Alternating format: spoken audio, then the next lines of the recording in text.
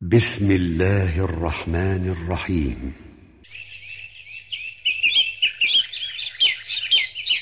ومن أحسن قولا ممن دعا إلى الله وعمل صالحا وقال إنني من المسلمين.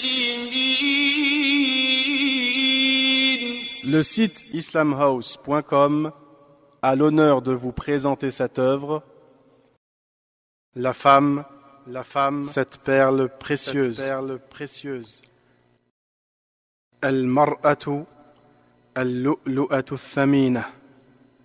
Au nom d'Allah, l'infiniment miséricordieux, le très miséricordieux. Avant-propos. Louange à Dieu seul, et que le salut et la bénédiction d'Allah soient sur son messager. Aujourd'hui plus qu'hier, par ignorance ou par orgueil, face à la vérité, certains s'attaquent à l'islam et le critiquent. Alors que cette religion représente, par excellence, le respect des droits de l'homme. On l'accuse d'opprimer certaines catégories de personnes, de leur porter atteinte et de les dénigrer. La femme tout particulièrement est, prétende-t-il, considérée comme inférieure et dont les droits sont bafoués, voire inexistants, et dont le rôle dans la société est quasi inexistant. Entre haine, mensonge, ignorance ou amalgame, quel est réellement le statut de la femme dans l'islam et en Occident? Où est-elle vraiment respectée et intégrée dans la société? Et où y tient-elle vraiment un rôle? Ce livre répond à ces questions. La condition de la femme en Occident. En Occident, ou plus largement dans les pays non musulmans, la femme, disent-ils, est une citoyenne à part entière, égale à l'homme sur tous les points de vue. Or, cette prétendue égalité n'a pas toujours été un acquis. Elle a dû la réclamer haut et fort, au prix de sa vie parfois. À l'époque où les hordes isolées se trouvaient en pleine lutte pour l'existence, le clan devait veiller à se débarrasser de tout rejeton qui nécessitait de grands soins. Les filles nouveau-nées, en première ligne, avaient ce caractère d'impédimenta. On cherchait donc à s'en débarrasser autant que possible dès leur naissance. On n'en laissait vivre qu'un petit nombre, celles dont on avait absolument besoin pour la reproduction de l'espèce. En Grèce, par exemple, elle était un objet se vendant et s'achetant dans les marchés et ne disposant d'aucun droit. Dans l'Empire romain, l'homme avait tous les droits sur sa famille, même celui de vie et de mort sur sa femme et ses enfants, sans devoir rendre de compte à l'État. En Inde, lorsque le mari mourait, son épouse s'immolait sur son bûcher de plein gré. Aujourd'hui, elle se contente de se raser les cheveux. De nos jours, une situation persiste, se maintenant et s'aggravant toujours davantage, la prostitution. Elle était non seulement permise aux filles non mariées, mais à Babylone chez les Phéniciens, les Lydiens et chez bien d'autres peuples encore, elle était demandée, voire ordonnée par la religion. À Babel, la puissante capitale de l'empire babylonien, il était prescrit que toute jeune fille devait se rendre au moins une fois en pèlerinage au temple de la déesse Milita pour s'y prostituer en son honneur, au libre choix des hommes qui accouraient en foule. On rapporte que Khéops, roi d'Égypte, qu'il tira du produit de la prostitution de sa fille l'argent nécessaire à la construction d'une pyramide. Chez les personnes de confession judaïque, la femme est maudite, car c'est elle qui aurait influencé Adam à pécher. Chez les premiers chrétiens, elle était considérée comme la porte de Satan. En France, en 585 après Jésus, lors du concile de Mâcon, on se demandait si elle était un être humain et possédait une âme. Et si elle en avait une, était-ce celle d'un animal ou d'un humain? Ils en concluèrent enfin qu'elle avait une âme d'être humain mais avait été créée uniquement pour servir l'homme. L'Occident se persuade même que la sorcellerie est intimement liée à la nature féminine et que toute femme est une sorcière en puissance. Il disait, pour un sorcier, 10 000 sorcières. Les bûchers brûlent surtout à partir du XVe siècle et ne s'éteindront qu'au XVIIe siècle. En France, en 1804, dans le Code napoléonien, la veuve n'a aucun droit dans la succession de son conjoint et si elle désire se remarier, elle est soumise à la décision du conseil de famille. Dans les lois anglaises, elle n'était pas considérée comme citoyenne au siècle dernier. Et jusqu'en 1805, l'homme avait le droit de vendre sa femme. En Chine, l'année du cheval et de la femme sont mauvais signes. Dans bien d'autres communautés, la femme connaissait ou connaît encore le même sort, voire pire. Depuis des siècles, elle subit un avilissement certain et ne bénéficie d'aucune reconnaissance, malgré son rôle capital dans la société. Elle est humiliée, méprisée, négligée, réduite à un objet de désir et de procréation.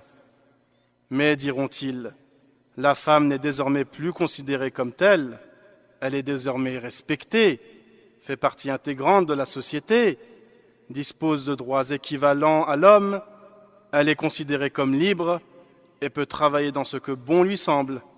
Certes, il est vrai que la vision qu'il se faisait de la femme a changé, mais dans quel sens ce changement s'est-il fait?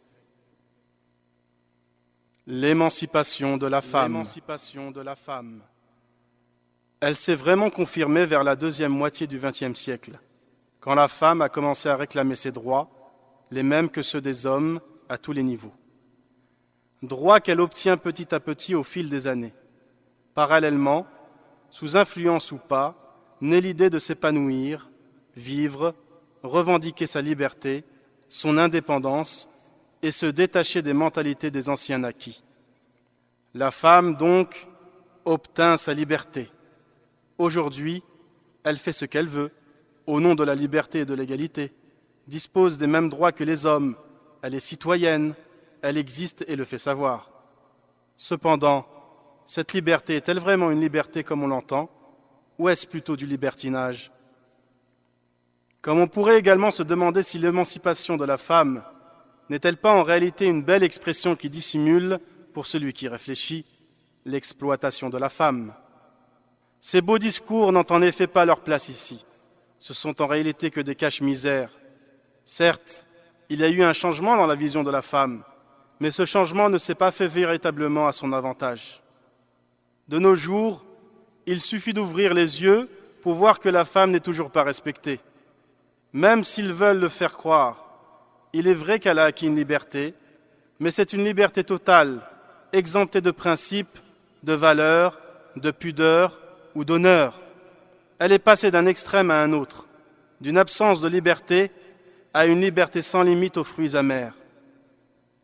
Il voudrait faire croire, et malheureusement beaucoup y ont cru, qu'elle serait complètement l'égale de l'homme en tout point, et aurait les mêmes droits que lui, alors que curieusement, certaines inégalités entre les deux sexes persistent. Pour eux, s'épanouir signifierait l'absence de tabou. Une femme sera femme que si elle n'a pas de règles de conduite. On la pousse à s'habiller de façon très indécente dans la rue, en prétendant que c'est cela une femme épanouie et bien dans sa peau. Ils répandent la mixité partout, ce qui a pour résultat l'expansion de la perversité, des problèmes conjugaux et de graves atteintes au respect de la personne. Mais aussi la multiplication des rapports avant le mariage, qui conduit à une grossesse pénible, car non voulue, et à l'accroissement préoccupant d'enfants illégitimes. La plupart des avortements sont la conséquence de tout cela. De 2000 à 2010, en France métropolitaine, on recense plus de 200 000 avortements par an. On constate même la multiplication d'actes immoraux, tels que le viol, dont le nombre déclaré en 2001 a atteint le chiffre de 9 574, et on suppose que ceux qui ont été perpétrés, sans être ébruités, seraient de 4 à 6 fois supérieurs. Désormais, elle est considérée comme un objet de puissance et un passe-temps. balloté d'un homme à un autre. On s'en débarrasse une fois rassasié, sans se soucier de son devenir et de son honneur. Pour bien réussir sans obstacle dans sa vie professionnelle, il faut qu'elle soit ouverte à toute proposition.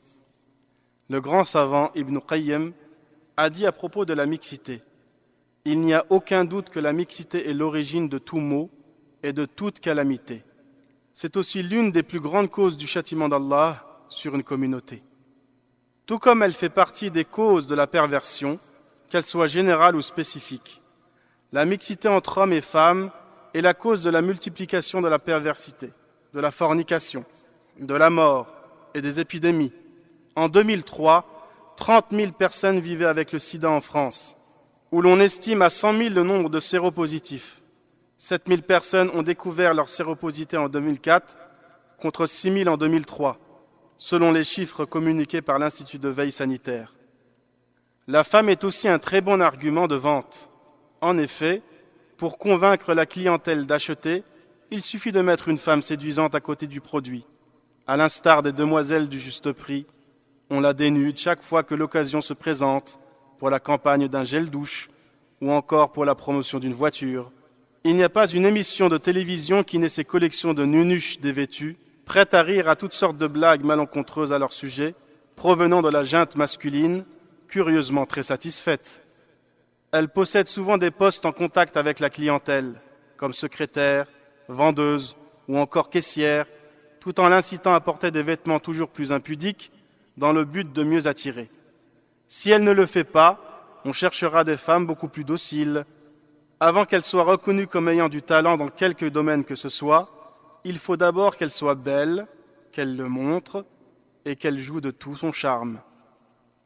En réalité, elle n'a acquis aucune liberté dans le vrai sens du terme, mais a plutôt perdu sa dignité, son humanité et sa nature première. Jadis, elle était certainement humiliée, mais faisait quand même partie d'une famille. Elle se mariait humblement et possédait un foyer. L'humiliation et le vice n'étaient pas apparents. Aujourd'hui, elle reste toujours humiliée, mais d'une autre manière.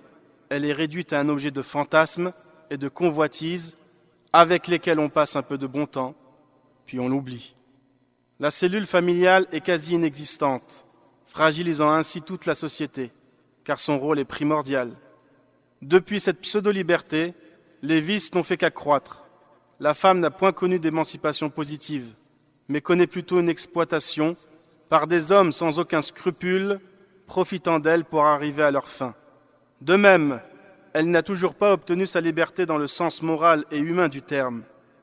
Et cette prétendue liberté ne profite qu'aux hommes qui sont libres d'abuser impunément d'elle sous les yeux indifférents et complices de tous. En acceptant cette situation, la femme a perdu sa féminité, sa beauté, sa douceur et sa distinction. Elle demande le respect alors qu'elle tend la main aux irrespectueux. Comment dès lors peut-elle l'obtenir?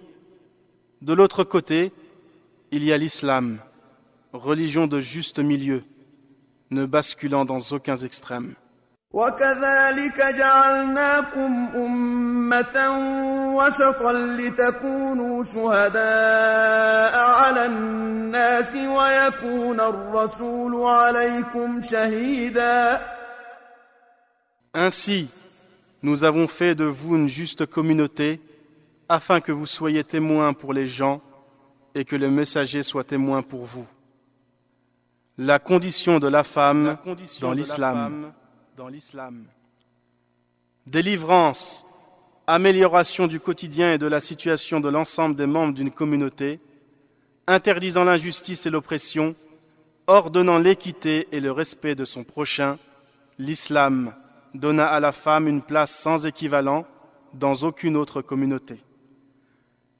L'islam a reconnu à la femme des capacités et des droits inconditionnels dans toute gestion d'ordre civil, économique ou personnel. La femme jouait ainsi de la capacité et du droit d'hériter, de donner, de léguer, de contracter une dette, d'acquérir, de passer un contrat, d'attaquer en justice et d'administrer ses biens. Elle a aussi le droit de choisir librement son mari, de se remarier après avoir divorcé ou être devenue veuve. Ce dernier droit n'a été reconnu à la femme occidentale que bien tardivement. Parmi ces droits sur l'homme, on peut citer par exemple le versement de sa dot lors de son mariage, subvenir à tous ses besoins, quand bien même elle serait la plus riche des personnes, et cohabiter convenablement avec elle, comme il est mentionné dans le verset suivant.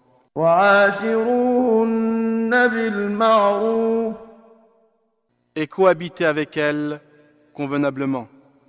Et le messager de Dieu, sallallahu alayhi wa sallam, a dit: le meilleur d'entre vous est celui qui est le meilleur avec les femmes.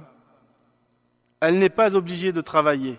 C'est l'homme qui subvient obligatoirement à ses besoins. Si l'homme venait à refuser d'assouvir ses besoins, alors cela est considéré comme un grave péché en islam.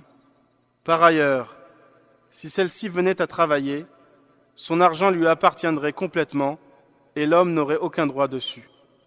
Quant à la double part reconnue à l'homme dans l'héritage, qui est souvent critiquée par les Occidentaux, elle s'explique par les obligations exceptionnelles auxquelles le musulman est astreint, alors que l'exemption de la femme musulmane est totale. Ses dépenses envers son mari ou ses enfants sont purement volontaires, et ceci quel que soit son degré d'opulence. De même, chez les Arabes avant l'islam, elle n'était pas mieux considérée qu'ailleurs. Donner naissance à une fille était à l'époque considéré comme une calamité. Donc pour s'en débarrasser, certains enterraient leur fille vivante, comme il a été critiqué dans le Coran.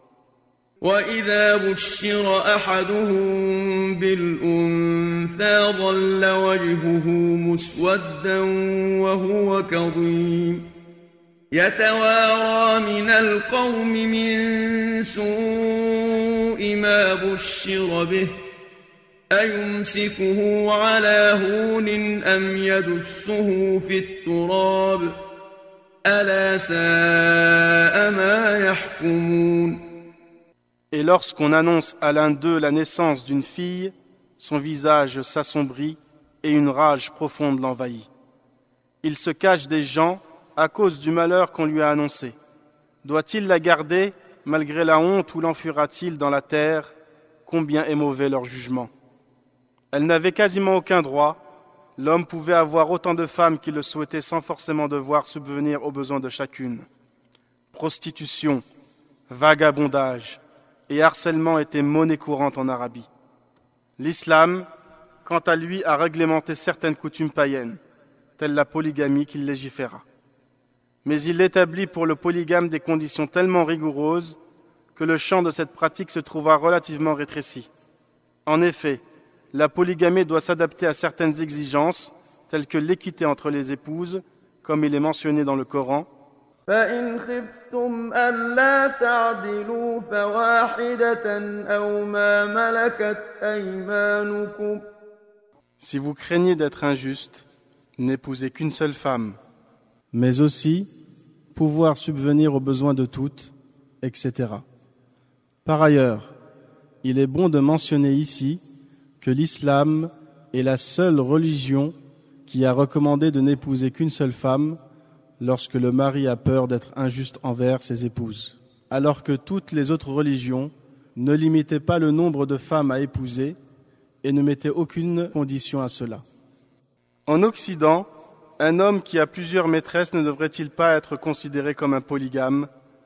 Pourquoi reproche-t-on aux musulmans leur polygamie, alors que celle-ci est contractée par les liens sacrés du mariage, alors qu'on applaudit l'homme qui change de femme toutes les semaines?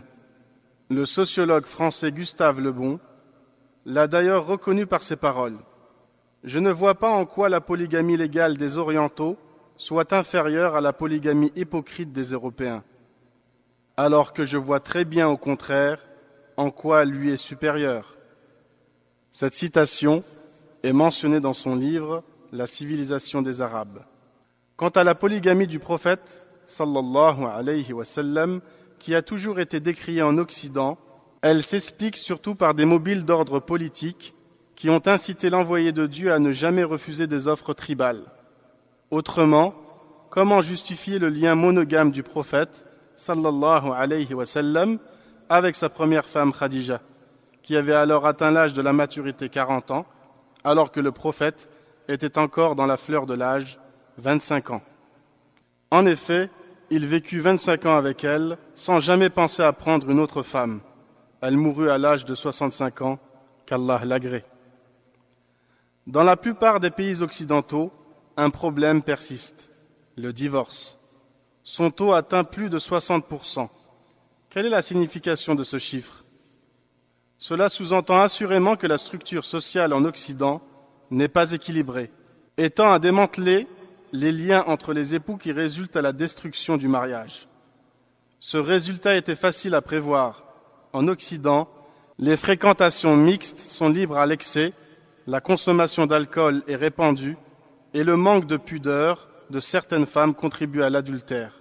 Mais les hommes sont aussi responsables. Cela est une chose aisée pour ceux qui ne craignent pas Dieu. Dans tous ces pays, la formule est la suivante: hommes, femmes, alcool, nudité, fréquentation libre, ayant pour résultat la destruction du mariage, de la famille et des enfants illégitimes et malheureux. C'est pour toutes ces raisons que l'islam interdit les fréquentations libres, prône l'interdiction de l'alcool et la préservation de la pudeur, ayant pour résultat la protection du mariage, de la cellule familiale et des enfants légitimes et heureux. Le sociologue français Gustave Le Bon l'a également reconnu par ses paroles. Dans son livre « La civilisation des Arabes », il dit « La situation légale de la femme mariée, telle qu'elle est réglée par le Coran et ses commentateurs, est bien plus avantageuse que celle de la femme européenne. Avec l'islam, la femme retrouva sa dignité, son honneur et son humanité. Elle existe vraiment, tient un rôle concret et indispensable au maintien de la société. La femme dans l'islam est lumière, pudeur, bon comportement, chasteté, pureté, beauté, honneur. Chez elle, avec son mari et ses enfants, elle est servie, honorée, chérie, respectée, préservée et aimée. Elle a été créée à partir de la côte de l'homme, les rendant ainsi inséparables, se complétant et dépendant l'un de l'autre. Allah dit: هن لباس لكم وأنتم لباس لهن. Elles sont pour vous un vêtement et vous êtes pour elles un vêtement. Et le fait qu'ils soient de la même origine, comme l'a dit le prophète sallallahu alayhi wa sallam, les femmes sont les consoeurs des hommes, augmente ainsi le sentiment d'unité et les rapproche par un lien d'interdépendance inaltérable. Il doit donc prendre soin d'elle comme de sa propre personne, car elle est une partie de lui-même.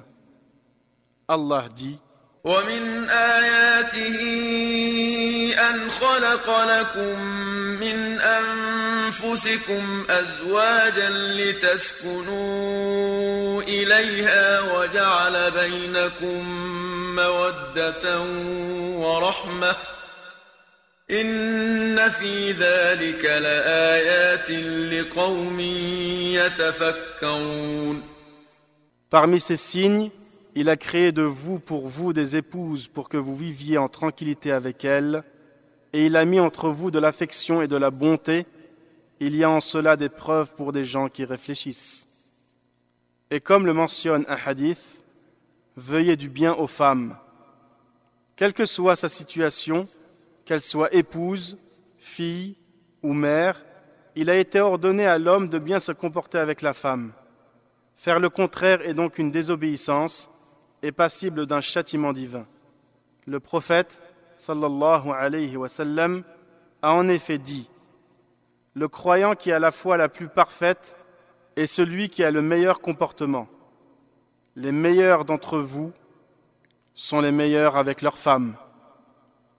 L'homme marié doit chérir sa femme, bien lui parler, patienter sur ses défauts, lui apprendre sa religion.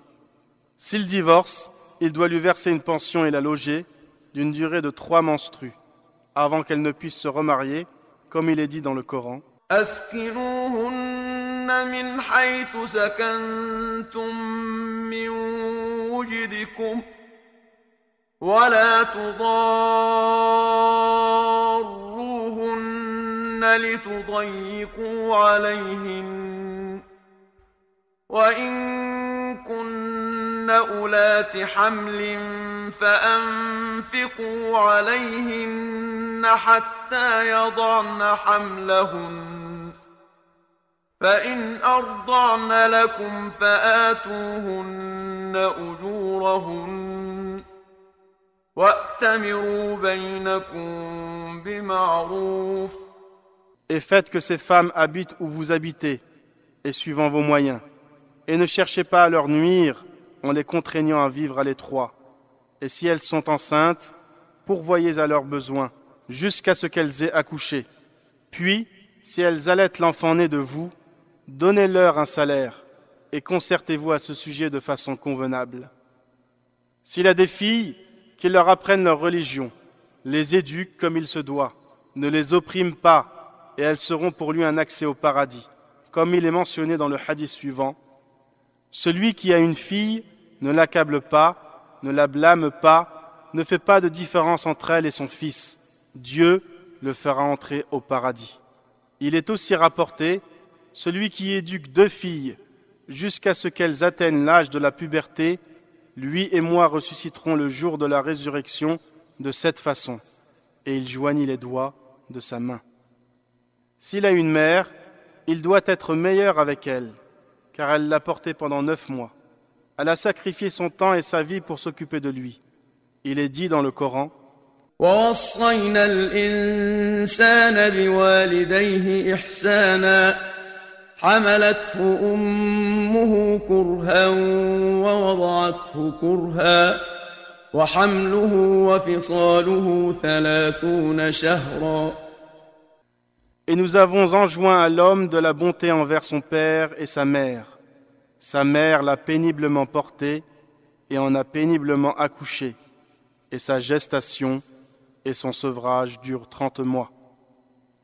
Il est aussi dit dans le Coran, وَقَضَى رَبُّكَ أَلَّا تَعْبُدُوا إِلَّا إِيَّاهُ وَبِالْوَالِدَيْنِ إِحْسَانًا. Et ton Seigneur a décrété, n'adorer que lui et marquer de la bonté envers le père et la mère. On trouve dans une poésie, ta mère, si tu savais, détient sur toi un droit éternel. Tout ce que tu as fait pour elle est peu de choses en parallèle. Combien de nuits s'est-elle plainte sous le fait de la grossesse? Sa souffrance fit jaillir lamentation et cris de détresse. Tu ne peux t'imaginer l'accouchement dans la douleur, accablée d'atroces tiraillements qui lui arrachent le cœur. Elle t'a si souvent purifié de ses propres mains, cette mère dont le giron t'offrit un repos serein. Elle sacrifiait tout pour toi lorsque tu te lamentais, et en son sein, une boisson pure dont tu te nourrissais. Combien s'est-elle affamée par compassion et tendresse, t'offrant son pain quotidien pendant ta prime jeunesse. Tu l'as perdue lorsque par ignorance tu as mal agi, tu as trouvé le temps long, mais si courte est la vie. Misère à celui qui possède toute sa raison et suit son bon vouloir, dont le cœur est aveugle et ses yeux ne le privent pas de voir. Prends garde et convoite ses nombreuses prières, car ses invocations te sont plus que nécessaires. Et si cette femme est une étrangère, il doit aussi bien se comporter avec elle.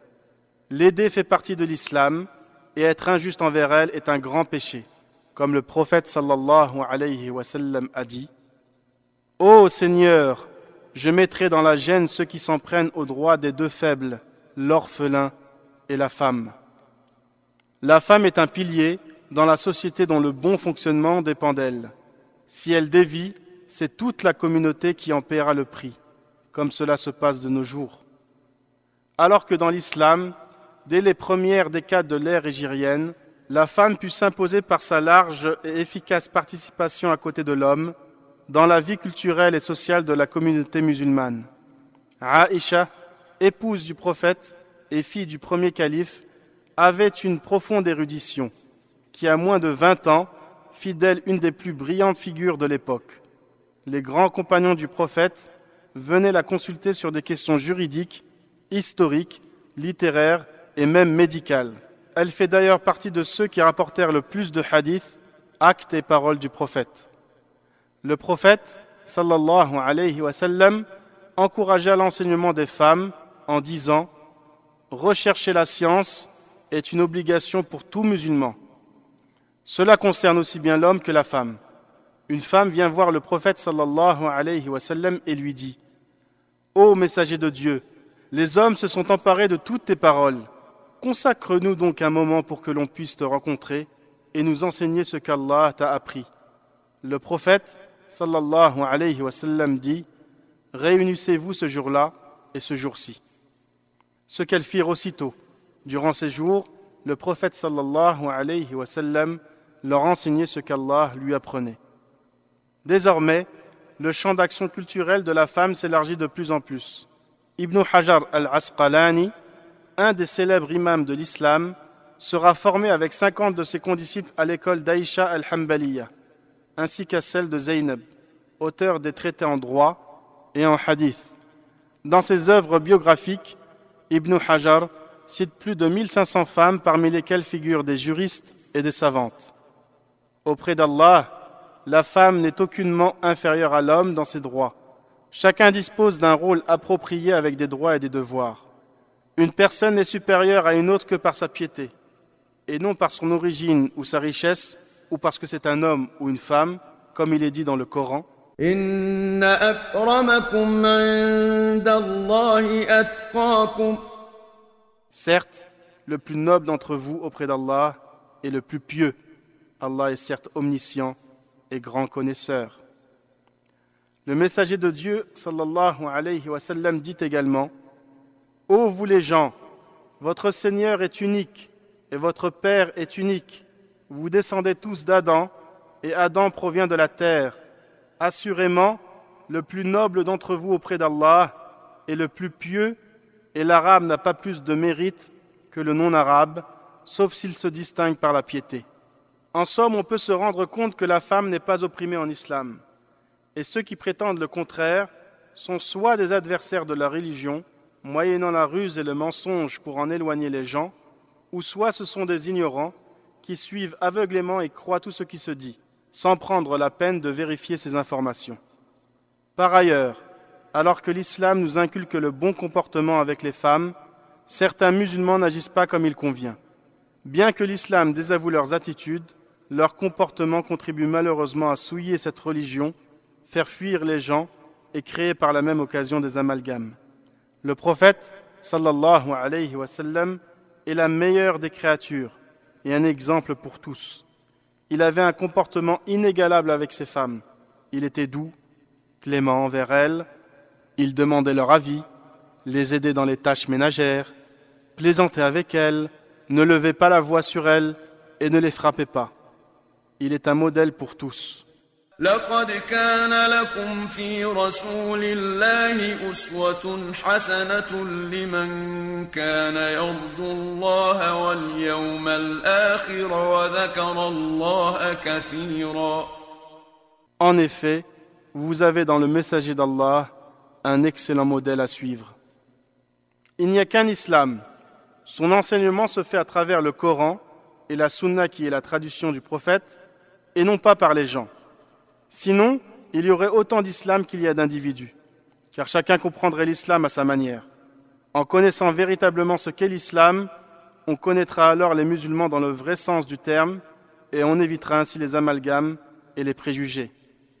La femme est une perle précieuse, il faut donc qu'elle se protège. C'est un trésor à la valeur inestimable. Il faut donc qu'elle se mette à l'abri des machiavéliques intentions. C'est pour cette noble raison qu'il lui a été demandé de se voiler. Son voile n'est autre que sa dignité. Dieu dit « يا أيها النبي قل لأزواجك وبناتك ونساء المؤمنين يدنين عليهن من جلابيبهن ذلك أدنى أن يعرفن فلا يؤذين وكان الله غفورا رحيما. Ô prophète, dis à tes épouses, à tes filles et aux femmes des croyants, de ramener sur elles leur grand voile. Elles en seront plus vite reconnues et éviteront d'être offensées. Allah est celui qui pardonne et il est le très miséricordieux. Le voile permet à la femme de se protéger des turpitudes, d'être respectée et de préserver ainsi son honneur et sa pudeur. De même, Dieu dit: وقرن في بيوتكن ولا تبرجن تبرج الجاهلية الأولى. Restez dans vos foyers et ne vous exhibez pas à la manière des femmes d'avant l'islam. Dieu a conseillé aux femmes du prophète de rester chez elles, et cela est valable pour toutes les autres femmes. Mais cela ne signifie pas qu'elles doivent être emprisonnées chez elles à longueur de journée. Dans toute chose, il y a un juste milieu. En effet, le prophète sallallahu alayhi wa sallam n'enfermait pas la femme à la maison comme ils prétendent. Au contraire, il lui a permis de sortir lorsqu'elle avait des choses à faire, mais aussi pour rendre visite à ses proches et ses amis, pour rendre visite aux malades, etc. Il lui a permis également d'aller à la mosquée en disant: n'empêchez pas les femmes d'aller aux mosquées. De plus, le prophète sallallahu alayhi wa sallam aimait la compagnie de sa femme lors des invitations et les refusait si jamais l'inviteur n'admettait pas sa femme avec lui. D'après Anas, qu'Allah l'agrée, qui raconte que le prophète sallallahu alayhi wa sallam avait un voisin persan, connu pour ses mets délicieux. Ce voisin prépara un plat pour le prophète sallallahu alayhi wa sallam et le convia à sa table. Le prophète lui dit: et mon épouse, en parlant de son épouse Aïcha, qu'Allah l'agrée. Il répondit: non, je ne l'invite pas. Le prophète sallallahu alayhi wa sallam rétorqua: je refuse donc. Le voisin réitéra son invitation et le prophète sallallahu alayhi wa sallam lui redemanda: et mon épouse? Il répondit: non, je ne l'invite pas. Le prophète sallallahu alayhi wa sallam rétorqua de nouveau: je refuse donc. Le voisin réitéra une nouvelle fois son invitation et le prophète sallallahu alayhi wa sallam lui redemanda: et mon épouse? L'homme, après 3 demandes consécutives, dit: je suis d'accord. Le prophète sallallahu alayhi wa sallam et Aïcha se levèrent et se suivèrent mutuellement jusqu'à atteindre la maison de l'inviteur. La véritable définition de la femme, de la liberté et du respect se trouve dans l'islam. La femme ne sera reconnue comme femme que si elle suit ce qui lui aura été demandé. Dans ce cas, elle gagnera le respect ici-bas et le paradis dans l'au-delà. Dieu dit: إن المسلمين والمسلمات والمؤمنين والمؤمنات والقانتين والقانتات والصادقين والصادقات والصابرين والصابرات والخاشعين والخاشعات والمتصدقين والمتصدقات والصائمين والصائمات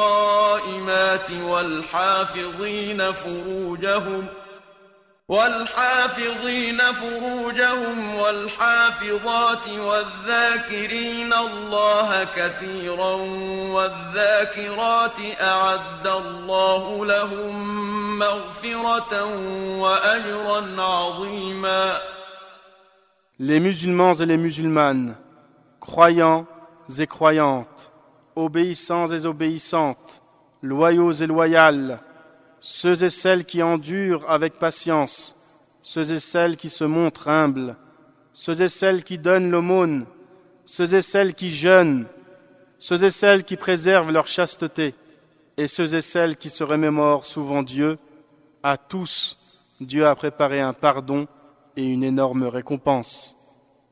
Le prophète, sallallahu alayhi wa sallam, a dit à cet effet: si la femme prie ses 5 prières, jeûne son mois, préserve sa chasteté, écoute son mari, elle entrera au paradis par la porte qu'elle souhaite. Bernée par une idéologie qui prétend l'émanciper, mais en réalité la dévalorise, la femme doit se remettre en question. Suis-je réellement respecté et honoré? Des personnes tardent qu'ils ont libéré la femme, mais en l'animalisant ou en l'instrumentalisant. Elle est victime d'une société insidieuse, mais curieusement sans s'en rendre compte. L'islam lui a donné sa véritable valeur, une position de respect et des droits sans équivalent. Se comporter avec la femme comme l'Occident veut reviendraient à répandre le chaos et l'immoralité qui serait à leur tour banalisée sur terre, comme le montre déjà l'actualité. Se comporter avec la femme comme le veut l'islam, donc comme Dieu le veut, créateur, législateur des lois sages, aura pour conséquence logique l'harmonie de la société, la sérénité et le bonheur. Ce texte a été écrit par l'association aux sources de l'islam. www.sourceislam.com, www.fatawaislam.com, www.teleislam.com. Cette œuvre est désormais à votre disposition. Après l'avoir mise en pratique, propagez-la. Conformément à la parole prophétique, Ballighu anni walau aya. Transmettez de ma part, ne serait-ce qu'un verset. Votre site islamhouse.com, l'islam à la portée de tous.